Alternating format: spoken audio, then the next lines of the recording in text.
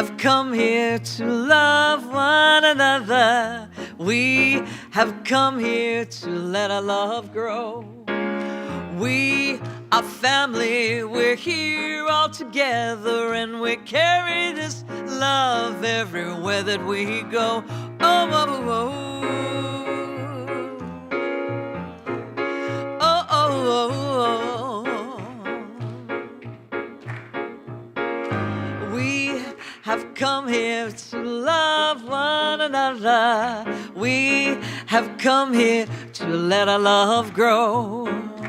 We are family, we're here all together, and we carry this love everywhere that we go.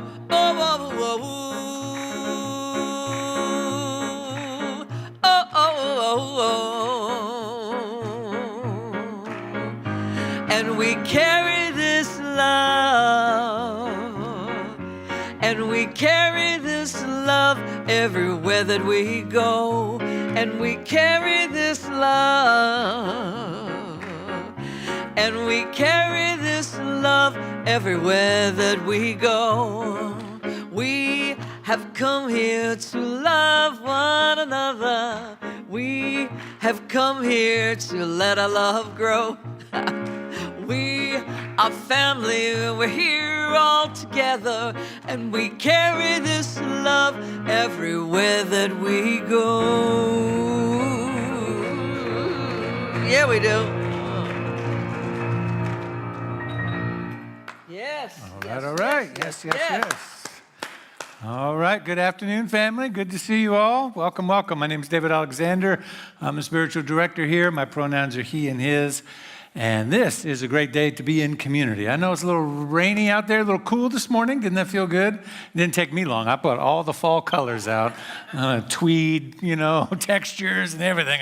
I walked out the door going, what am I doing? I know we got a few more weeks of warmer weather to come, but it felt good this morning. So welcome online, wherever you're watching us from. We're glad that you're tuning in today. We're starting a new series. It's back to school time. School starts tomorrow or Friday for some already here in the greater Atlanta area. And the theme on the Science Mind magazine for August is On the Wings of Love. And I don't know about you, I immediately hear that song. Don't worry, we'll play it at some point during the during the series. But we're going to do something fun during this series. Is we're going to, I'll tell you about it during the sermon. So, On the Wings of Love is the series, and it starts today, and I'm delivering the first message in that series today. And our affirmation for the month is this. And before we go into that, let me just say, if you're new or checking us out, either online or in person, please be sure to visit our website, SLCA.com. You'll find an I'm New Here button that'll link you to our history and our principles of what we teach, etc. We even have new member class online that you can take, and lots of other information on New Thought education and all of that. And of course, reach out to us here in person in the room after the service. We'd love to engage with you more. All right, our affirmation for the month is this. I'll read it one time through and then invite us to do it together. It says, I'm lifted on the wings of love. I open my heart to the living presence of love within me, around me, and through me. I allow love to guide my thoughts, shape my words, and inspire my actions. Grounded in law, I rise in love, and I let it carry me to new heights of compassion, connection, and peace.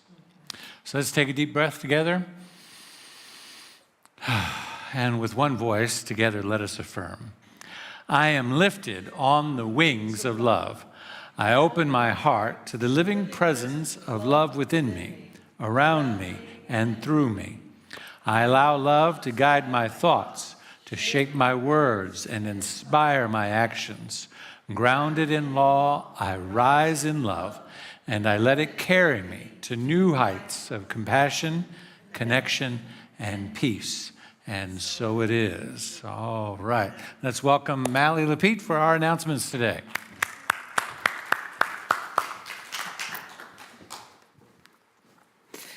Hello, all my beautiful members and visitors. I'm Mally Lapete. My pronouns are she and her. and I gladly serve here at the Spiritual Living Center of Atlanta. If this is your first time joining us, welcome. We're so happy that you chose to spend your time with us. Make yourself known in the online chat or to one of our members in the lobby. One of our welcome team will greet you. We have so many great opportunities to connect, grow, serve, and give right here at SLCA. For more information about today's announcements and other opportunities, scan the QR code found on your monitor. Let's get started. Have you checked out the gathering yet?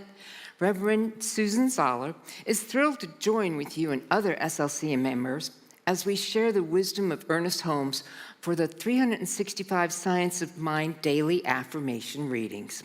This book gives us a whole year of wisdom and spiritual jewels for each day of the year.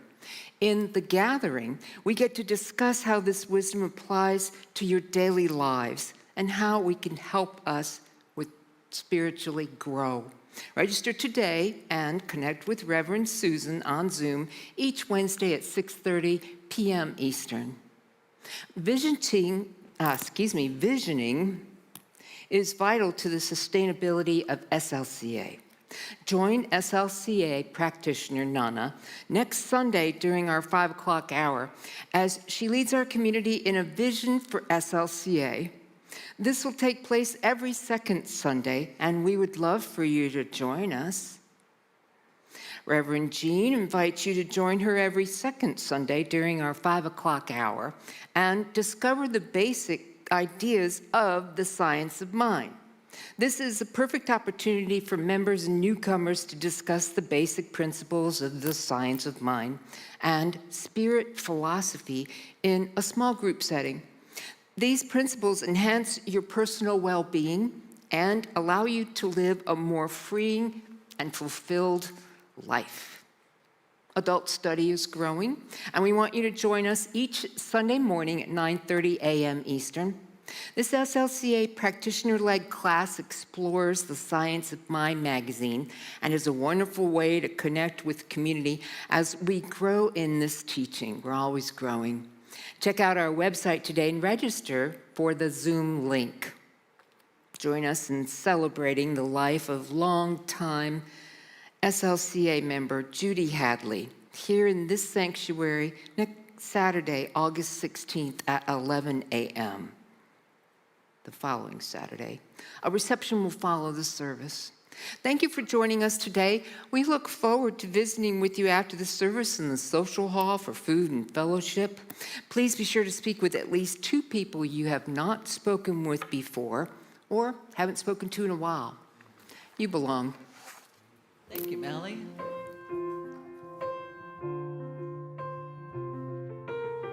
As we prepare for prayer with Reverend Susan, let's go into music.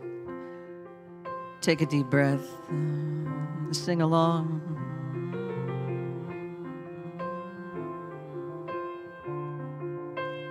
Open your mind, unfold your heart, relax your senses, feel every part.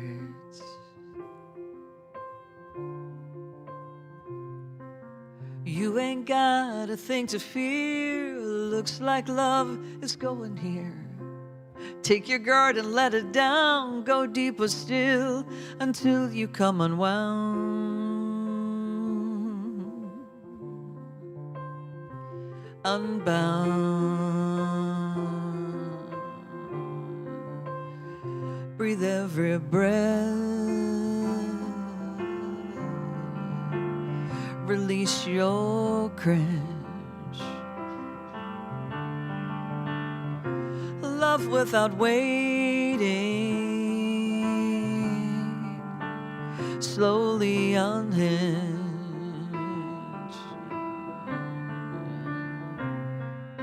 You ain't got a thing to fear. Looks like love is growing here. So take your guard and let it down. Go deeper still until you come unwound. unbound.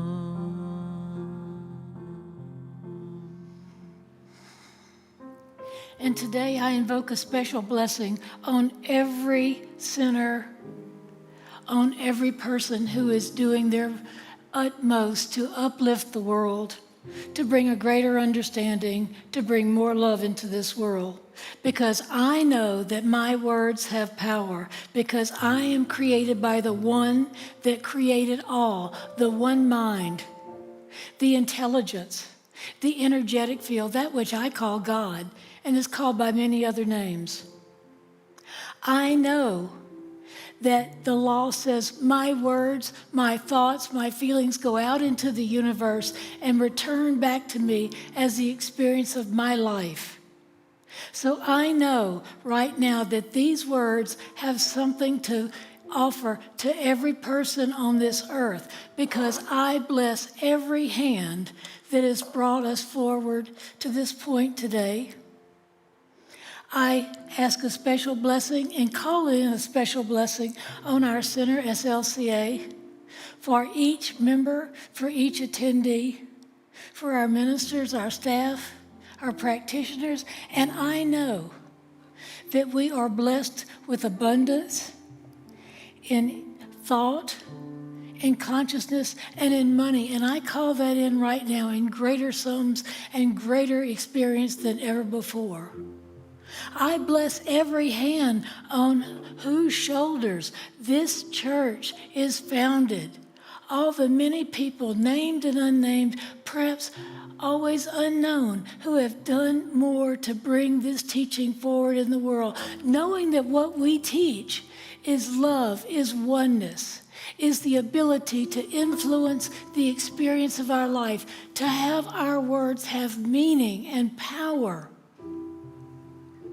And I know that there are others not in Centers for Spiritual Living, but I certainly include every center in spiritual living and every group that studies science of mind, as well as every center on this earth, regardless of their denomination, regardless of where they're located or who they serve, that this is acknowledging the greatness and the goodness of what is there always, which is love, which is expansion, which is growth, in revealing more and more the truth of our nature and the nature of this universe.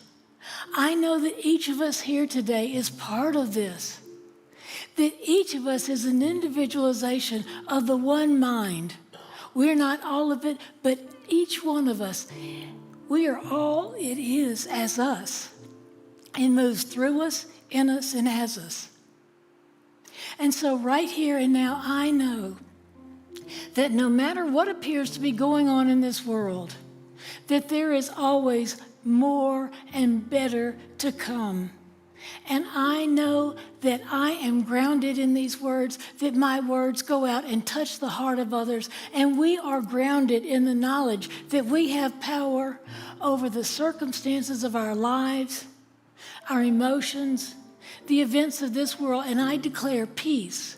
I declare more than enough for everyone. I declare enough in love, that there is food for all, whether there has been starvation, whether there has been strife. There is peace, there is love, there is harmony, there is enough of more and greater to share. And so I bring this now to my heart, because I know it is already so, because I was promised and the law works upon these words. So a special blessing unto all these I have mentioned today, and those who are not yet ready to accept this, may their eyes be opened. May we touch their hearts today. And knowing that this is already so, my heart is filled with joy and thanksgiving. So I simply say, Namaste, Aloha, Ashe, Amen, blessed be. And if you care to join, and so it is. You can stop waiting for love to find you. Look inside your heart. Love's already who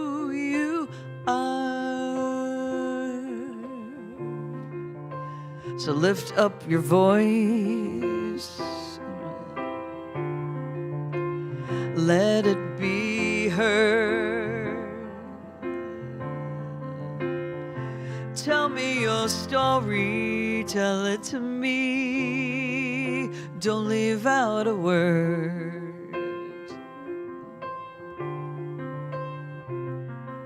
'Cause I think I have been there too, and I'm a seeker just like you.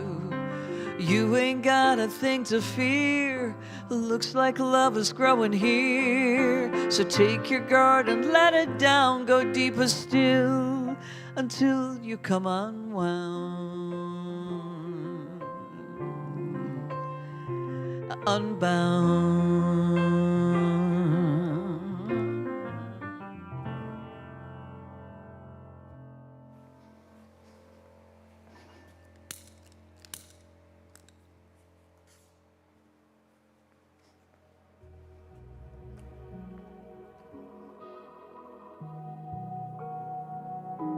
Lighting the flames of faith. A call to service. We perform this ceremony to promote the universal consciousness of life, which acknowledges that all peoples, all faiths, all sentient beings come from the one great universal presence which we call Spirit. Fundamental to this truth is the unifying nature of all religious thought and experience, which we honor here today.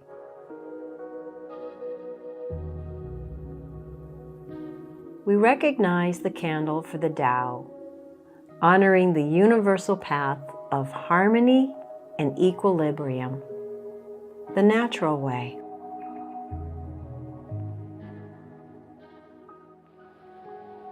We recognize the candle for the shamanic traditions, honoring the beliefs and practices of all indigenous people, the way of the primal spirituality. We recognize the candle for Hinduism, honoring the path of knowledge, action, and devotion. We recognize the candle for Judaism, honoring the ethical path of living by sacred law.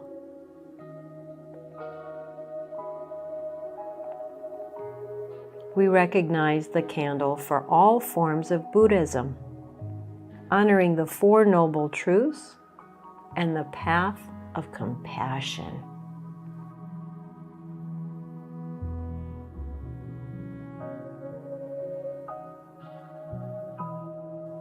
We recognize the candle for all forms of Christianity, honoring the Christ consciousness as the path of love.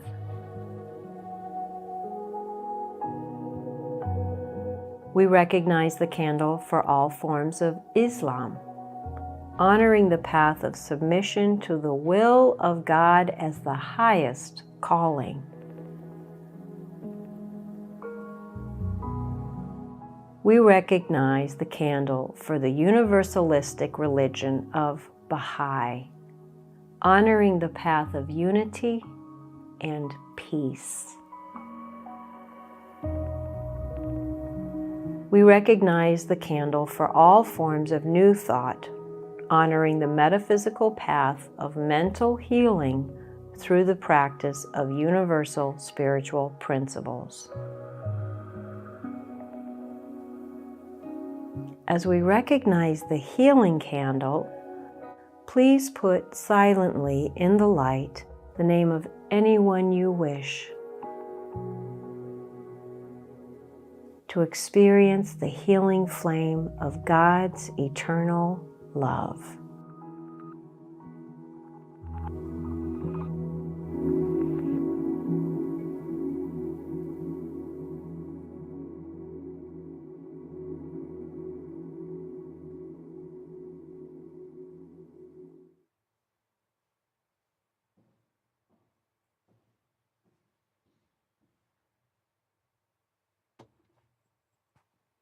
Good afternoon. You don't usually see me here, but here I am reminding you that this is now our time for giving. Giving of your gifts, and I invite you to remember that each one of us makes a contribution, first in consciousness, with our heart, but also with our revenues. And so I invite you to go into your wallet, your purse, wherever you have it. And if you are a continuous giver, then you can bring forth that card that one of the ushers provided to you when you entered, and just bring it into the center of your palms and bring some energy to it. We also offer you the opportunity to give by texting any amount to 404-800-9467. You can also give online, SLCA.com, donate.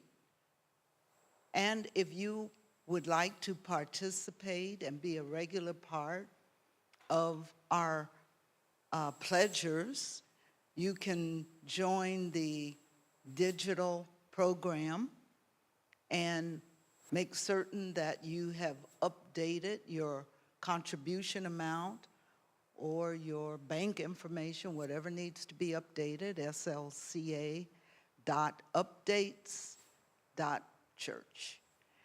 And so let's say together our affirmation for giving in one loud collective voice that comes from your heart. I live in a universe of abundance. As I freely and joyfully give, I join in the divine flow, and all that I share with life returns to me multiplied abundantly. And so it is. I am so blessed.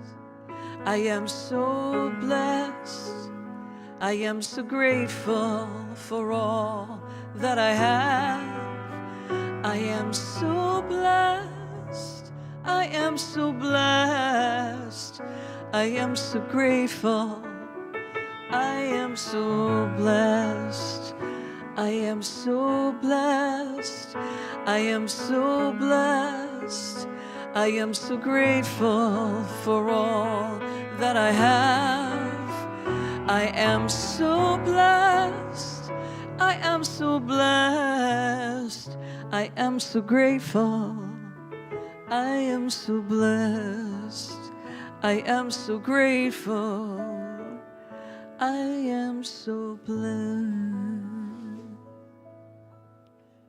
And now, as we outstretch our hands, we bless this offering.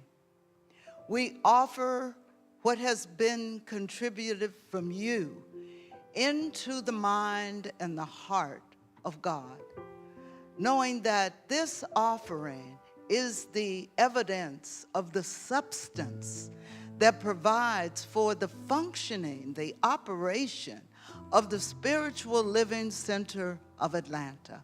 And so we're grateful for all that has been given, for all that is coming, whether it is coming now or whether it is coming online from the givers today or at some point after today. It is all good. It is all generously supplied from the source and the substance of the universe. And for this, we say thank you, God, and we receive it, and we let it do its good and perfect work. Thank you, and so it is. Thank you, Baji.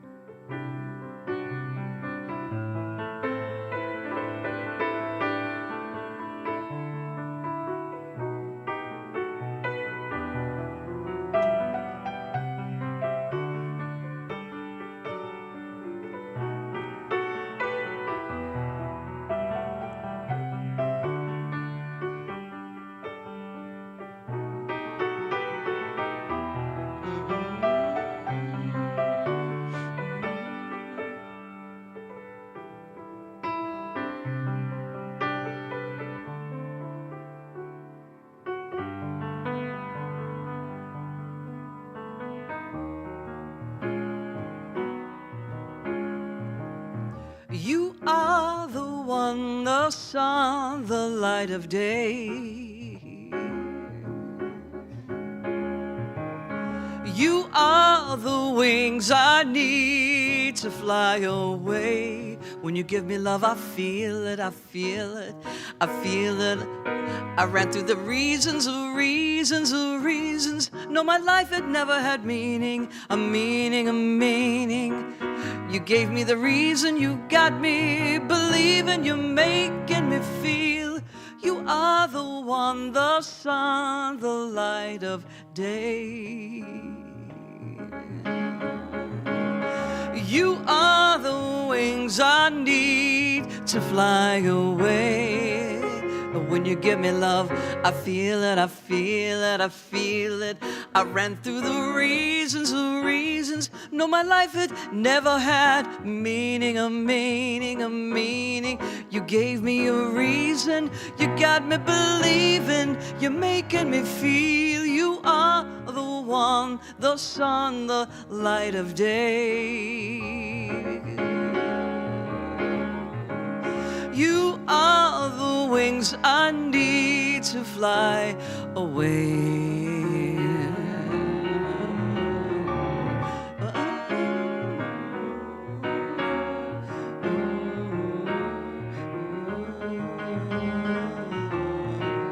You are the wings I need to fly away.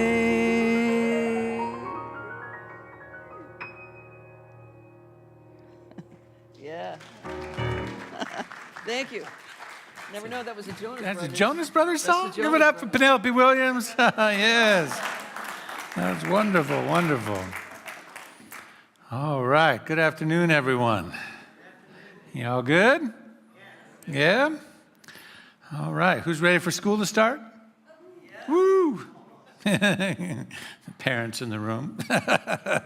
Tomorrow. Amen and amen. All right.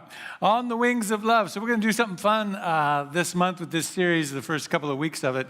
And that is we've been kind of in this process of archiving some of our history. We have this great legacy, that guy in the middle with the colorful wings. That's founder of this spiritual community, Dr. Kennedy Schultz. If you don't recognize him, is the spiritual director here and leader here from its founding in 1979 to just before his passing. He retired and then passed in 1999. So 20 years of our 47-year history. And so we've been collecting archive of CDs and tapes and transcribing them and looking at them. And we thought, it'd be kind of fun to do a series where we unpack some of that wisdom and that history and bring it forward into this modern time. And on the wing, we were looking for a while now for a place for that to land, that idea to land, and the theme of On the Wings of Love felt appropriate for us because we are all here on the wings of those that have come before us. And that's all of us, right? You know, school starting, we're on the wings of love of those teachers that took time to teach us to read and to write and to pay attention and to know how to study and, you know, all of those things. So bringing all that kind of energy into today as we ride those wings of love by those that came before us, and the love that lives within us as the very presence of God. And as Reverend Susan mentioned in the beautiful prayer, right, that Spiritual Living Center of Atlanta is riding on the wings of love of all of the volunteers, all of the board members, all of the practitioners, all of the ministers and teachers, and all of the courses that have been taught, and all the people that have taken classes, that have walked in the doors for the first time here, and all of that around this man's vision, Dr. Kennedy Schultz, who started, the rumor is, in a bar, in a hotel bar, lobby-ish bar, something like that. I don't know. It gets a little fuzzy depending on who you ask. But started, and then a long time in Midtown at the Arts Center there. And so today's talk I'm taking from a talk he did in 1987 called The Heart of Religious Science.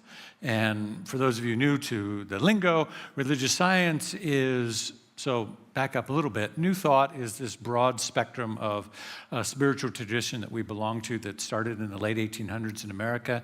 There's the Unity movement, Unity School of Christianity. There was at that time Divine Science and Christian Science and other movements like that. And then Ernest Holmes came along and articulated something that he called religious science. They were all very similar to each other. Unity is a bit more biblically based, a little bit older. Religious science by Ernest Holmes is a little bit more modern by those standards then. Today, I think there's even more effort to modernize our language. And so he wrote a book, Holmes did, called The Science of Mind. So the teaching is called The Science of Mind that we study here, which is just our particular flavor of New Thought teaching. And the movement that he launched in 1927 is called Religious Science. Today we call it Centers for Spiritual Living. All right, everybody good? All caught up on history. Okay, go to New Thought Education. I got a history class on there, or just Google it, and you can learn a lot more if you're so interested. But I just want to make sure everybody's with me when I use these terms. So he called the teaching, or the movement rather, religious science. We call the teaching the science of mind. And so this talk that Kennedy did called The Heart of Religious Science. What is the heart of this thing that we teach? What is at the center of it? That's what we're going to explore today. And as I thought about it and read the transcription and then listened to Kennedy, it reminded me, I had this experience many, many times over the years. One in particular that stood out to me of when I was teaching in Oregon of a woman who came to the church for the first time. And I saw her for about 3 weeks in a row. She was sitting in the back with her arms crossed the entire time. But always leaning in, always had this curious look on her face. And the way that sanctuary was set up, the doors to the lobby and the rest of the space were in the back from where the pulpit was. And so I'd walk down an aisle like this to those back doors, and I every week would walk right past her. And then I'd do the closing affirmation from back there, and then we'd sing the peace song or whatever we'd do, and then go on to the rest of the fellowship and time together. And so after we had done all that, she was standing there and introduced myself again as I'd done the last couple of weeks. And she stopped to talk. And I said, well, I noticed that you're new. What brought you in? She said, I don't believe, I'll never forget, because everybody would kind of tell a story. Oh, I'm curious. Oh, I'm exploring. Oh, I read this book, or a friend brought me, or I looked you up online, or whatever it might be. And that's typically the way all those things would go. She said, I don't believe in God anymore. I said, oh. She said, but I want to believe in something again.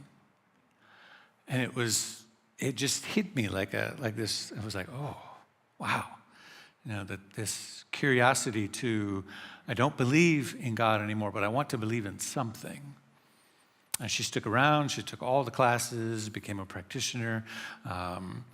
And like many of us, we could probably relate, right? There was nothing broken about her, but she was, in many ways, kind of bored with this old idea of God, right? She no either bored or just done with this old concept, this old construct of this old idea of God. Didn't believe in that, but yet she knew there was something inside of her that wanted to believe in something.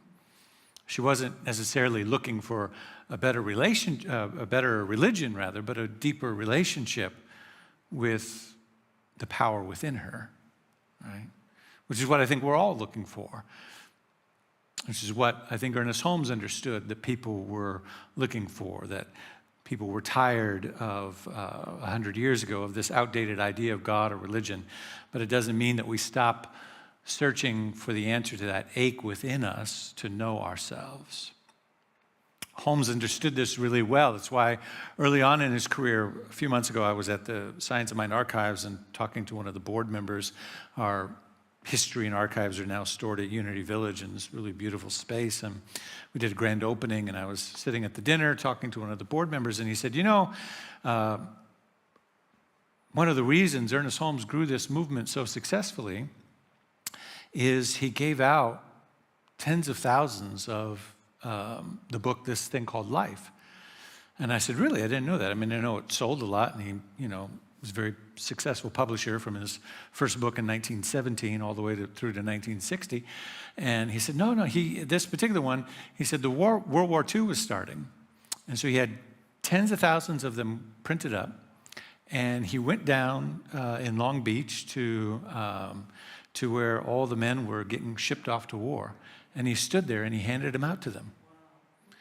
And he said, and these men went to war, and the only thing they had to read was this thing called life. Right? And he said when they came back and they saw Holmes lecturing in Beverly Hills or up in San Francisco or the Wilshire Boulevard Theater or wherever they were, these men would see Ernest Holmes and they'd say, well, I know that guy. And they'd go to listen to him. He said, and that's how that really, really grew in the 50s. I said, I had never heard that story before. He said, yeah, it's in this book. Here, come on, I'll show you. Digging through the archives. And so I think Ernest Holmes understood something about this idea that we're living in the midst of a world that is running on outdated ideas. You ever get that sense? Yes. Right? That we're manifesting, and by manifesting, I don't mean like you and I are manifesting our good, but like the world is manifesting or producing, that's probably a better word. We're producing results that are based on outdated and broken ideas, like stuff that just doesn't work anymore. And so then we wonder why we're frustrated and why we're at each other's throats and why, this is happening or that is happening or whatever it is. It's like, well, no wonder. If we look at the ingredients, it's a pile of outdated ideas. That's about the nicest way I can say it, right? And so Ernest Holmes knew that religious science isn't about convincing a God to help us. It was about realizing that we already have this God within us as mind, as intelligence, as principle, as law. The God is not a person who decides, but a presence that responds. That's actually a pattern you can see even in Scripture, in the Old and New Testament. You can see the pattern of the cry of humanity that goes out and the response that God gives. Ernest Holmes said, the highest God and the innermost God is the same God. This was this revolutionary idea. What if God wasn't this being in the sky, or wasn't this thing that we had to compel to do favor for us, but was this thing inside of us that we had a relationship with? And this is why the early shapers of the movement used the term new thought. We could have a new thought about this relationship. And so Kennedy, in this particular address, gives this notion and presents us with this Ernest Holmes' passion for presenting this idea about God, that God is not a person in the sky that one day might bring us glory, but is a principle that works through our intelligence. And you don't have to take my word for it. You can hear it for yourself. This is the world Dr. Holmes looked out upon, and these are the things he wanted to overcome. And he saw the way to do this was not by rejecting God, as so many had done before him, and not by suppressing our religious disposition, as so many had done before him, but by expanding our concept of God and by changing the way we relate to God. So, in religious science, we make a great point of telling people over and over and over again that God is not a person up in the sky looking down upon us, sending blessings or miseries according to his personal opinion about us at any given time. That's not what God is. But God is a principle indwelling all life and all the living, which includes you and me and everybody else, a principle indwelling all the living and operating within all that is living, including you and me, as an intelligence which is created. And that this creative intelligence rises up from within us, bringing blessings or miseries into our lives by totally agreeing and accurately responding with the tendency of our own thought. All right. How many people are hearing him for the first time? Okay, great. And some people are like, oh my God, there he is again. And so here is this idea that God is not this principle in this person in the sky, but this principle within us that is responding to our thoughts, bringing us joy or misery by corresponding to the sum total of our attitudes and thoughts and beliefs. Ernest Holmes in the Science of Mind text says, nothing could bring us a greater discouragement than to labor under the delusion that God is a being of moods who might answer some prayers and not others. It would be difficult to believe in a God who cares more for one person than another. There can be no God who is kindly disposed one day and cruel the next. There can be no God who creates us with tendencies and impulses we can scarcely comprehend, and then eternally punish us when we make mistakes. God is a universal presence, an impersonal observer, a divine impartial giver, forever pouring itself into its creation. Imagine if you were hearing that for the first time, having grown up your whole life with a completely different idea of God. How revolutionary, how ground shaking that would be for you, that God is in you and as you and is you and activated through your thoughts. It is empowering, yes, but it's also really uncomfortable, isn't it? It's uncomfortable to realize that the veil is lifted and there's suddenly, as Kennedy would later say in that same talk, there's nowhere to hide, right? You say you can't blame bad luck. Once you stop believing in a God who cannot be convinced or cajoled or manipulated, then you lose all of your excuses, right?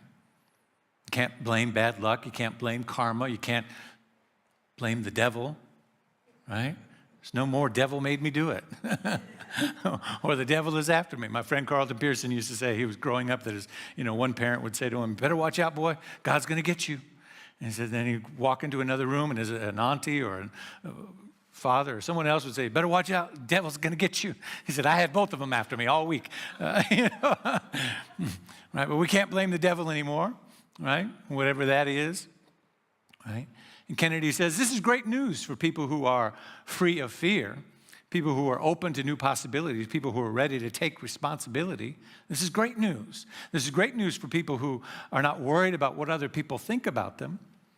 This is great news for people who have been rejected by religion, who are no longer willing to let religion tell them who they can be or who they can marry or who they can love or how they can express. This is great news for those individuals because it centers in them the empowering message that God is the responding principle in their life. I said, but it's very bad news for other people. It's very bad news for people who are hoping for the best. People hoping for the best rather than willing to produce the best. People who are waiting upon the Lord, he said, instead of working with the law. When God becomes a principle, it requires a great deal of change upon our part. Right? This kind of empowerment shifts our responsibility with our choices. It puts us front and center with, what was that show? I don't remember the name of the show. Remember Steve Urkel? Family Matters, that was what it was. Family, right? Did I do that? Did I do that? Right? That's kind of like what religious science does. But you're right in front of your own choices, like, oh, did I do that? Right? It's like, did I think that?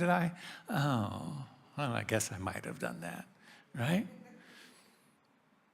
And it's no longer about, well, maybe I should do more of this, or I should do more of that, or maybe I should forgive them, or maybe I should finally go after my dreams. It shifts us away from should to empowering us with can. I can do this, I can do that. I get to do this, I get to do that. Should no longer works. It's no longer a satisfying place for us to rest outside of the desires that we want for ourselves. But suddenly, as we read in the Gospels, according to your faith, be it done unto you. Faith in the Science of Mind context isn't a blind belief. It's a pattern of thought. It's our inner conviction.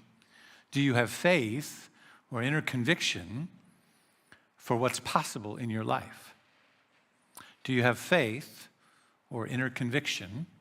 Right? It's not blind faith. It's not blind trust. It's, do I have an inner conviction that there is a greater possibility that wants to happen in my life, in my relationships, in my finances, in my health, in my career, in my life choices, and whatever it is? Do I have faith? And if I have faith, then what you have faith in is the power within you. Not a hope that something might happen, not a prayer that some blessing might fall out of the sky into your lap, not a chance, no longer, again, as my friend Carlton Pearson comes to my mind, he used to say, we go to church, it's like going to the casino. You know, say a prayer and pull the arm on the slot machine of God and hope we win, right? Like, no, we got to walk away from that kind of religion. We got to walk away from that kind of superstition and cultivate an inner faith. The faith is not that God is out there somewhere that might bless us, but that there's a divinity and a power within us that we can activate. We can move into law, move into motion through our thoughts, through our words, through our behaviors, through our vibration of our consciousness. Yes. There's another scripture that says, blessed are those that hunger and thirst after righteousness, for they shall be fed or filled. Now, in a New Thought context, hungering and thirsting after anything doesn't sound like very much fun, does it? I mean, we don't hunger and thirst, we manifest, right? We're creators of our reality. We don't sit there going, but if we understand the word righteousness properly, as right usefulness, blessed are those that hunger and thirst or seek right usefulness of the power within you. If I'm seeking every day, how can I be of best use, not only to my aspirations, desires, and goods that wants to come through me, but to others around me, to the world around me, to the world that I want to create? How can I hunger and thirst after my right usefulness, my righteousness, my right usefulness to be used rightly in this moment? Blessed are those that hunger and thirst after righteousness, for they will be filled. Will be filled by the demonstration of our good coming forward, because we are putting ourselves in right relationship with the desire of our hearts and the activity of our consciousness. There's an alignment taking place. And so if we hunger and thirst after that, then we'll be filled by the result of that, rather than just eating and being satisfied with any old thing that the economy is throwing at us, that the news is throwing at us, right? Some of us are so full by consuming all of that, it's junk food. It's junk food on the news, it's junk food on just the general morass of stream of consciousness of thoughts out there. We begin to starve ourselves or stop feasting on that and begin hungering and thirsting after how can I be rightly used in this moment to bring greater good into my life, to bring greater good into the world, to bring greater good into every experience that I have. How can I activate the activity and the consciousness of God within me, you see? Then we move people into, our teaching moves people into personal responsibility of our thought, so that we bring the healing power and the prosperity and the good of God into our life. Our growing in that way must begin, Kennedy later says, with clear thinking, not with emotional frivolity, but with clear thinking. A clear thinking. Sometimes we're so intellectual in this teaching. I found this passage in this talk. I was just going to use the one, and I thought I got to use two because this is so good. This next excerpt is a little bit longer, but this gets to the heart of the matter, in which he says, actually, religious science has no heart. But I'll let him explain it further, what he's talking about, in that our spiritual growth must begin with clear thinking. Let's take a listen to this one. Wow. I think you'll like it. Our spiritual progress must begin with clear, expansive, logical, reasonable, questioning thought. It must begin with the kind of thinking that purifies and empowers our minds. And when that happens, happy, healing emotions always follow. They always follow, every single time. And they are legitimately earned in that way. Yeah. So they always follow, and they will be genuine creative emotions, not merely feverish fervor or sweet melancholy. Now, the reason I'm saying all this is because people will often come into a religious science service, even this one, and they'll say, "It was very nice, but I don't really feel that I've been to church." See? And then they'll say, religious science just doesn't seem warm enough to me. It doesn't seem to have a heart. That minister up there,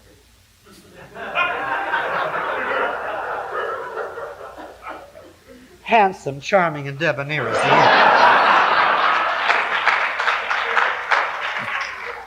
he is. But he's so cerebral. He's so cerebral. All he talks about is principle, principle, principle. Mind, thought, responsibility.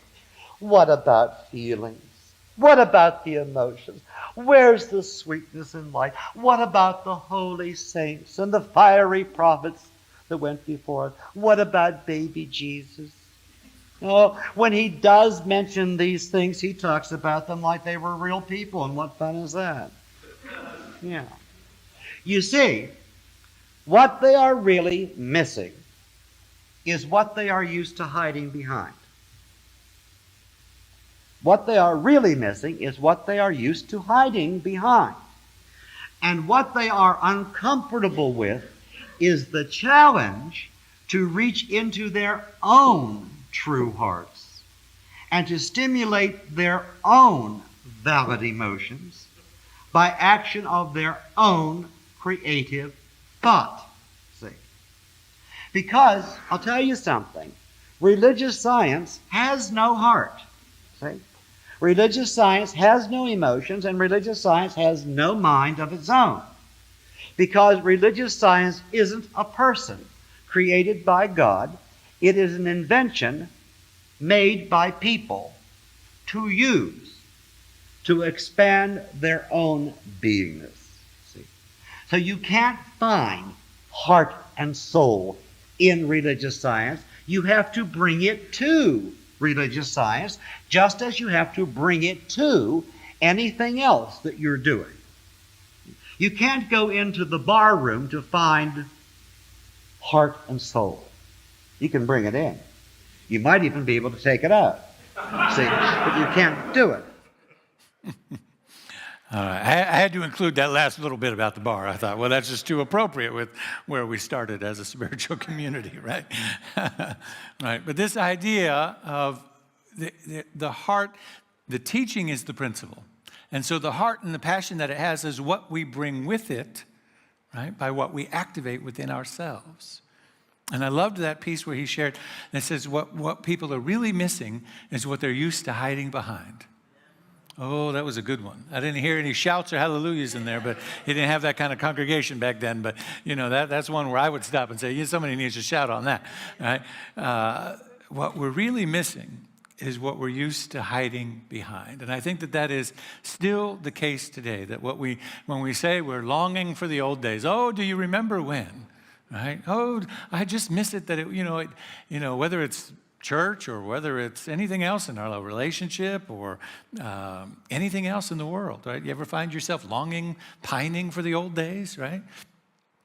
And when we do that, what we're saying is what we're missing is what used to provide us cover for the space where we didn't have to do it ourselves. Oof. It's the same in human relationships, right? I miss so-and-so. I could talk about, people in my life, mentors, teachers, people that have gone before. Oh, I miss, because they were so whatever. Yep, because they got to do that, and all I had to do was sit back and admire them doing it. Now with them gone, I either have to step into that space and bring a little bit of that energy into life, or find somebody else to admire. And the same is true in religion. Oh, I just wish it was, like that. Whatever that is, and that could be a lot of different things. So that I could just, the unspoken part is so that I can just hide behind it, because it feels good to just be part of the group. It feels good to just belong to the right club. It feels good to just go along. To know that, well, I must be doing it right because there's so many people here. Oh, you mean I really have to do the work? You mean I really have to apply the effort? You mean I have to bring the heart into it? I have to bring the energy into it? I have to bring the passion into it? Yes. Too many people today are long for the covering of their excuses and then blame the world for exposing it. He then says again, what they're missing is the challenge to stimulate your own thinking and the authentic emotions behind it. When we strip away, which is what religious science does, it strips away all of the excuses and it says, what kind of life do you want to have? What kind of relationship do you want to have? What kind of prosperity do you want to experience? What kind of world do you want to create? Then whatever that is, you've got to bring it. The universe is sitting waiting to respond. The universe isn't going to say, I want passion, I want peace, I want love, I want prosperity, I want all of these things. Would you just wake up and do it? Because it's not a being who can say that. The presence of God is a principle that responds. And the principle is responding to, it's the genie in the lamp, as Bill Hornaday, who was Ernest Holmes' minister, the minister of founders for many, many years after Holmes passed. And he wrote a book about his stories of he and Ernest Holmes, which is the book where that story about the World War II is in, and called The Genie in the Lamp, right? Or the Aladdin's lamp is what it's called, the Aladdin's lamp, right? But that's God, and that's the reason he used that. It's this principle that is ready to respond to us. But we have to first have the vision of whether it's our life or the collective world that we want to live in, and then interrogate and question every thought about that thing. Do I really want that? What stands in the way of that? What am I willing to believe on a daily basis to bring that about? And what happens with all the doubts and the fears and the other things that pop up, then each one of those are a choice point to examine and say, well, where did this come from? Well, this one's just programming from my childhood. This one comes from just mass media and just the general public and whatever. And so since those things aren't helping me produce the life and the experience that I want to have, then I got to excavate them one by one. I got to exercise them one by one. I got to get rid of them one by one and replace them with a more productive thought, with a more healthy thought, with a more aligned thought, with the vision that I want to have. And that works not just for my own individual life and experience, but it also works for the collective world. So I, for one, am personally glad. It's exhausting sometimes. Oh, it's exhausting every day. I watch, the news and I just get exhausted. I'm like, oh my word, I can't stand another bit of this drama. And yet, when I get into prayer, I actually come away with a sense of gratitude. I'm happy that it's all coming to the surface because you know what? What it's doing is showing us how tired and exhausted we are, and we will get eventually, I pray sooner than later, to a boiling point where we say, we're not going to put up with this anymore because this is not in alignment with the world that we want to create. And so we've so manifested enough of the chaos that we've said, we won't allow that to take place anymore. But sometimes, as Jim Rohn says, sometimes you got to become intolerant of the present before you begin to create the future. Because that's the point at which you take over and you begin to take responsibility. You say, oh, I do have power here. I'm tired of feeling powerless. I'm tired of it happening to me. I'm tired of it being exhausted by it. I'm ready to take the reins. And what you're seeing, the opposite of all the chaos and stuff happening, is the empowerment that is rising in the midst. Yes? And so,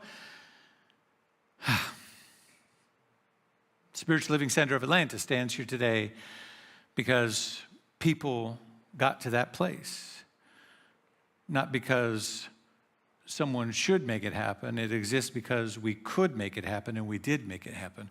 We stand on the wings of love, the wings of the love of our founder, Ernest Holmes, the wings of love of our teachers and ministers and leaders who come before us in the 20 years of Kennedy Schultz, the love of those who refuse to give up on students, the love of pledgers and believers and supporters who continued to fund a dream and made possible this place. And now we are the ones with the wings. I read once, years ago, a story about eagles learning to fly.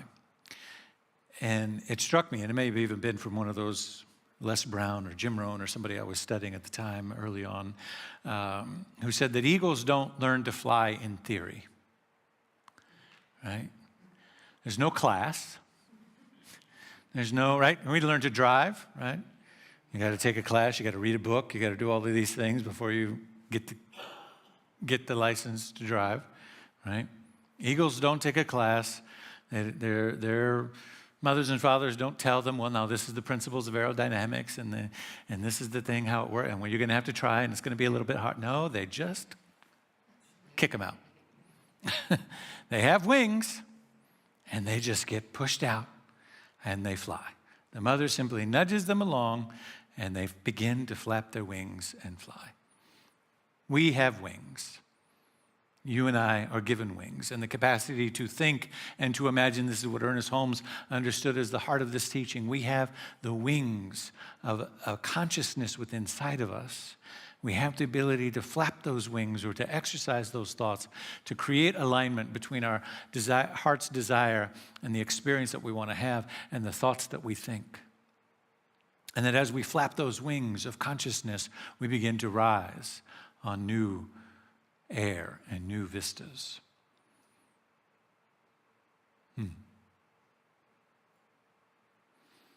Ernest Holmes in the textbook says, we look too far away for reality. There's something divine about us which we have overlooked, and it is closer than our very breath. It's not about the past, but it's about what we build upon.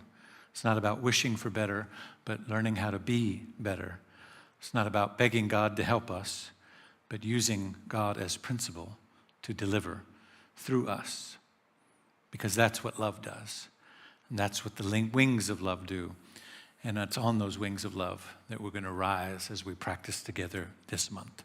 Let me call the practitioners forward to join me in prayer. Thank you.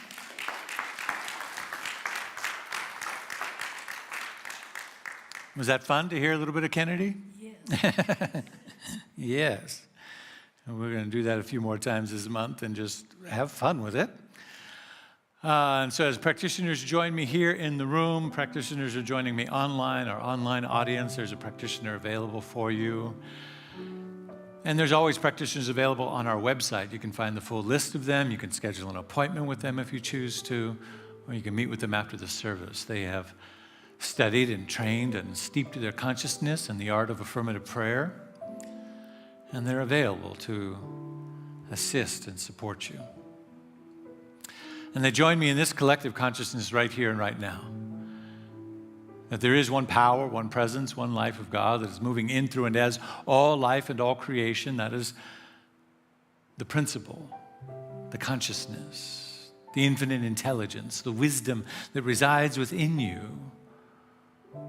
like the invisible essence inside of an acorn that knows exactly how to become an oak tree. Though it's never done it before, nobody ever taught it what to do, it's simply an essence that lives inside of it. So too, there's an essence inside of you that knows exactly how to become the very thing that the universe intends for you, which is to be a full manifestation of God's expression, filled with love and beauty and life and creativity and success and happiness and joy. Pressed down, overflowing in every area of your life, uniquely printed onto your experience in a way that nobody else gets to express. Without you living your best life, living your authentic expression, living into this creative intelligence, the fullness of God is not fully expressed, or else you wouldn't be here. You are a unique and vital piece of the infinite expression of God itself. So don't hold back. Open your mind and open your heart and open your words and your thoughts to be in alignment with that idea that lives inside of you. It already knows what it is. You just have to give voice to it. And as we do that individually, collectively, we continue to give voice to the idea of a world that works for all, to justice and peace and harmony, to enfranchisement of every kind, to a world that is kinder, more beautiful, more fulfilled in every possible way. So I speak that into existence now. I know that that's possible for each one of us as individuals and for us collectively. That nothing less could be the truth. So we align ourselves with it through the breath, through each thought that we have, and each action that we take. We rise on these wings of love and soar high today and every day into a greater expression of truth and beauty and wholeness. I know that this is true. I feel it deeply inside of my being. For me, for you, for all of life. And now it is my great joy to simply release it and allow it to be. And I invite you to release it with me as together we say, and so it is. Peace and blessings. Yeah, David. Reverend David. We hope you'll join us downstairs for food and fellowship, and we have music to accompany us on the way home, right? Will you sing with me? We envision a world that works for everyone and for all of creation. We see all people, all beings as expressions of God. We see a world that works for everyone. We envision a world that works for everyone and for all of creation. We see all people, all beings as expressions of God. We see a world that works for everyone. We envision a world that works for everyone and for all of creation. We see all people, all beings as expressions of God. We see a world that works for everyone. See it with me. We see a world that works for everyone. Yes, we do. We see a world that works for everyone. Everyone.